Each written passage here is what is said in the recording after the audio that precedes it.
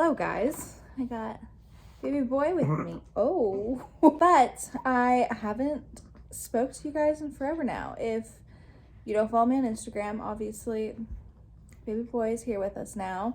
And I wanted to share with you guys kind of the birth story and all that went down because, again, if you follow me on Instagram, you know that I've said that it was a little bit traumatic. So I'm gonna be sharing that with you guys today. Okay, so first I wanted to explain kind of my pregnancy because that's what led into me getting induced. So around like 20 weeks, we switched doctors, which was the biggest blessing. Our doctor is amazing. But we switched doctors, and when we switched, they started to point out that I was having high blood pressure. My first doctor didn't really say anything about it. It also started to come around the 20-25 week mark. But there was a few appointments where I would go in and then the nurse would be like, hey, do you like normally have high blood pressure? I was like, no, I've never had that in my life.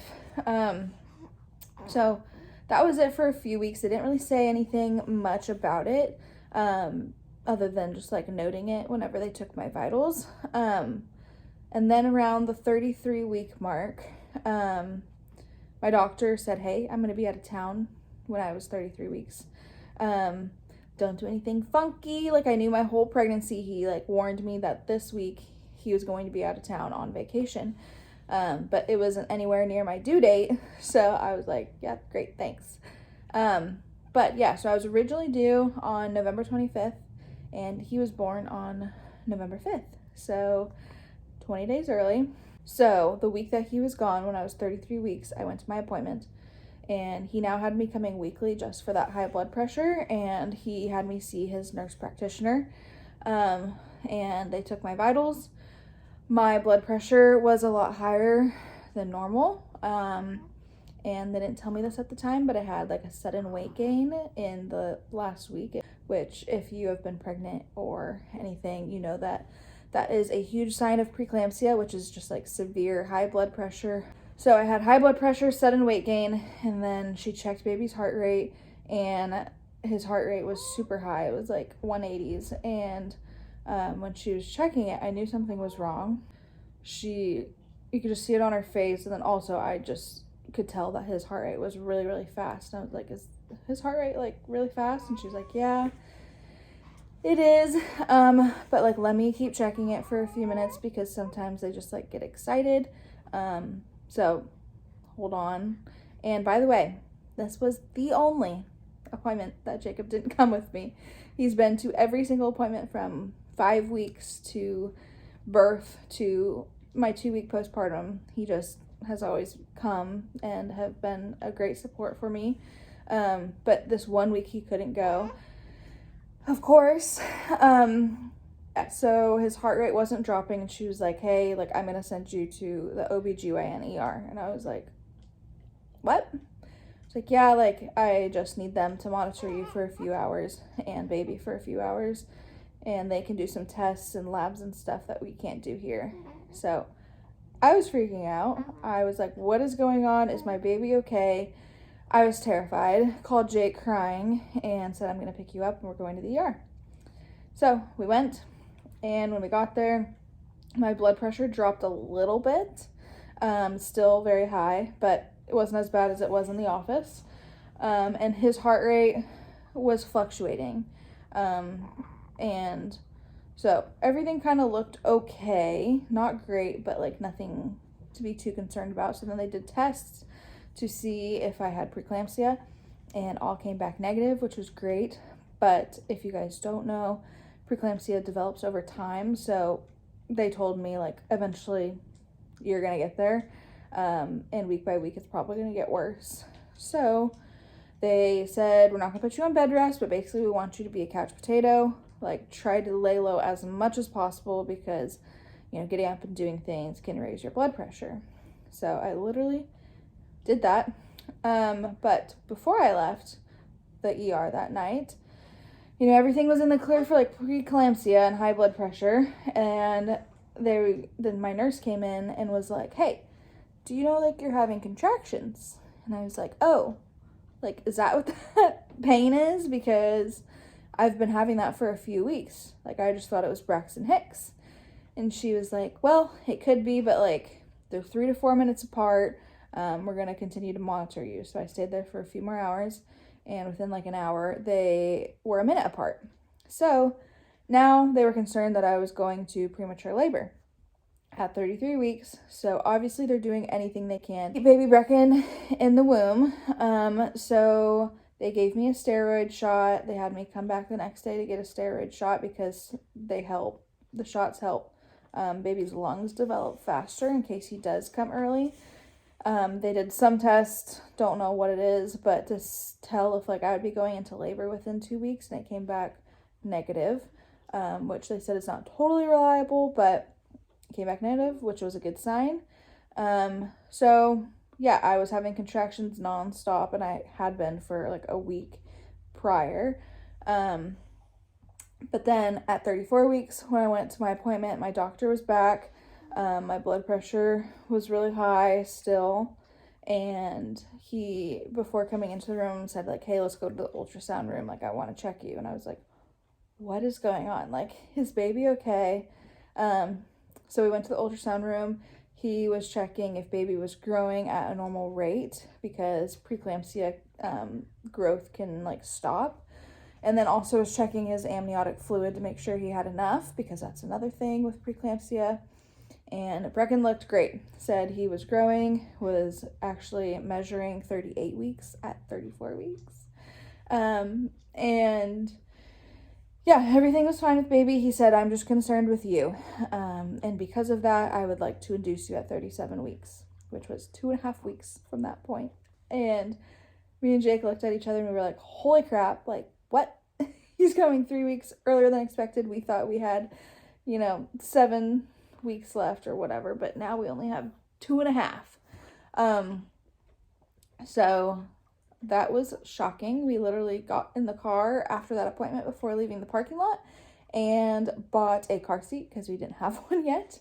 But yeah, so he said the risks of him being in my womb outweigh the perks of him staying. So he wanted to induce me. So we went in on November 3rd to get induced, and our appointment was at 4 o'clock, and we didn't get a room until like 9 p.m. So we didn't get a room till 9 o'clock. We started Pitocin that night. I was starting at ground zero. I was 0 centimeters dilated. I wasn't effaced at all.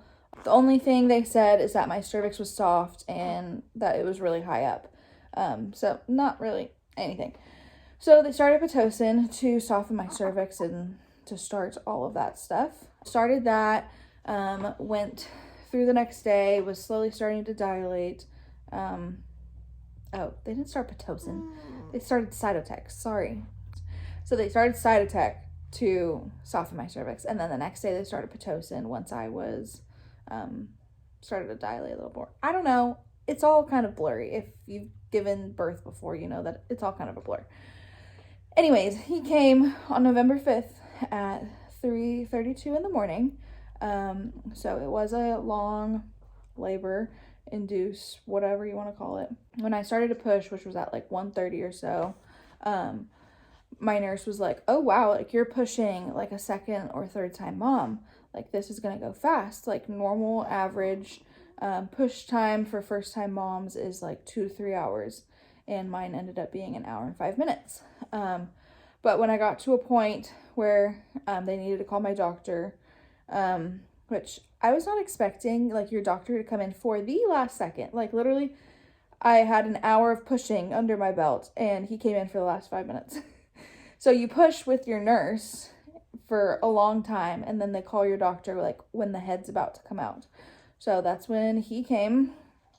And so doctor got there, and I was starting to push. He said that his head looked great, was engaged, and it was going to be a few pushes. But throughout the whole thing, I forgot to mention my nurse was concerned that he was sunny side up. So when you give birth, they're supposed to be head down, and she thought he was head up. And it made sense because my last ultrasound, my doctor said that he was face up, but he wasn't concerned because you know, he can figure that out as he's coming out, and he can kind of like maneuver him, but he's not concerned at all. But my nurse was a different story. She was like a little weary about it. Told him, and he was like, yeah, I'm not concerned. It's fine. So I don't really know if that causes what happened next, but I think it did. But when he was about to come out, they thought that he was head down and that he wasn't head up. I don't really know. But if you've given birth before, or if you know anybody, you know that you push for 10 seconds, and then you take one quick breath, and you push again for 10 seconds, and then you take one quick breath, and you push again 3 times. And then you're done until you get your next contraction. So you like don't get a break. You're basically holding your breath for 30 seconds, and it was a lot harder than I thought. So when I was pushing, we filmed the whole thing, which I'm not gonna share because it's very traumatic and I can't even watch it. I've watched it a few times and I just start bawling every time. But we watched it back and we timed it, and I was pushing for like 3 minutes straight. And so basically what happened was I did my 3 sets of 10 pushing, and my nurse, before my doctor got there, was like, hey, just so you know, doctor will tell you, like, when he's about to come out, he's going to tell you to do like short, slow pushes because it'll prevent tearing. Because if you do one big, really hard push, you're gonna tear. So he will tell you and let you know when he's close and tell you to like do short, small pushes. So that whole time I was pushing, when doctor got there, I was just waiting, looking at him like, are you about to tell me to slow down? I was pushing, doing my 3 sets, and then after my 3rd set, he was like, keep pushing, keep pushing, keep pushing. And I was like, okay. And then he's like, keep pushing, keep pushing.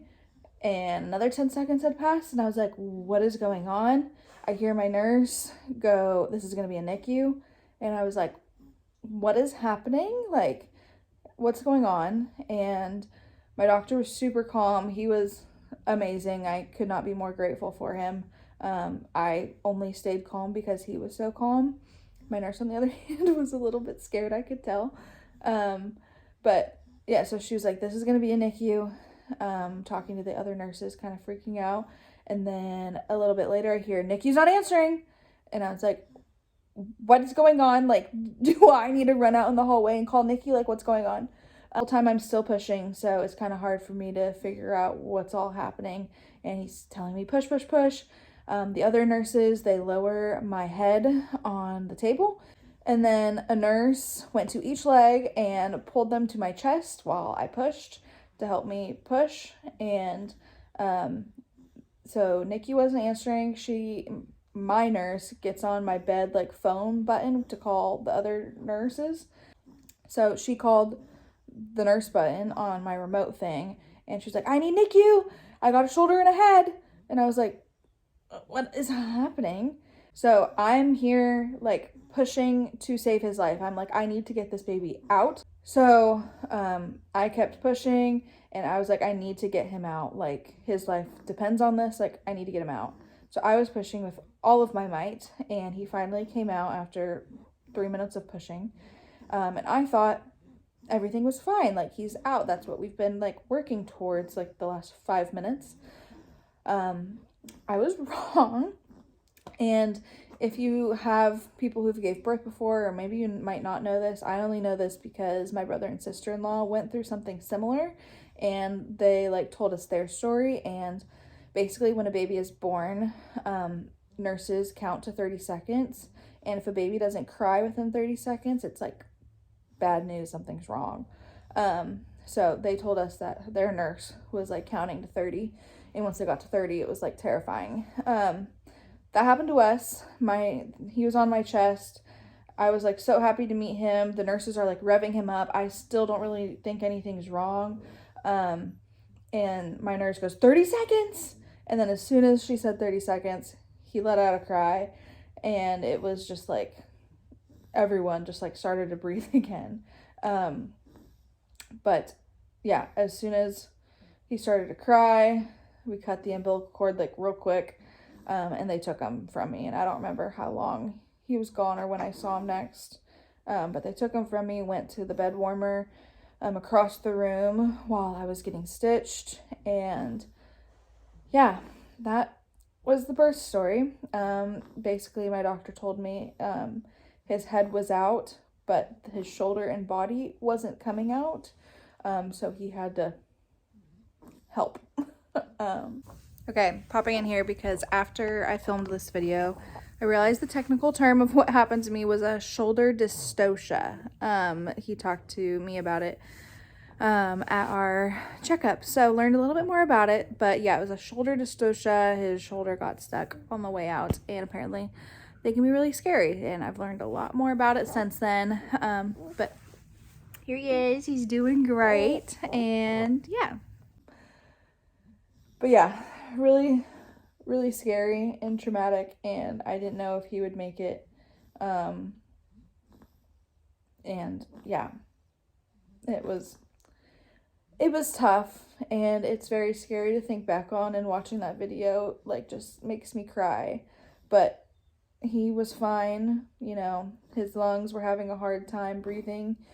He was like contracting really hard to breathe. So that's what they were doing in the bed warming, and they were helping him breathe in his lung. I don't know what they were doing, but that was the main concern. It got to the postpartum room, and he was fine. So thank the Lord for protecting both me and him during that. It really was a miraculous experience. One, just giving birth in general, but just like it was that he was okay. And I know that that doesn't happen to everybody, but there was a good bit there where me and Jake were terrified that something was wrong. So something crazy I noticed after watching the birth video.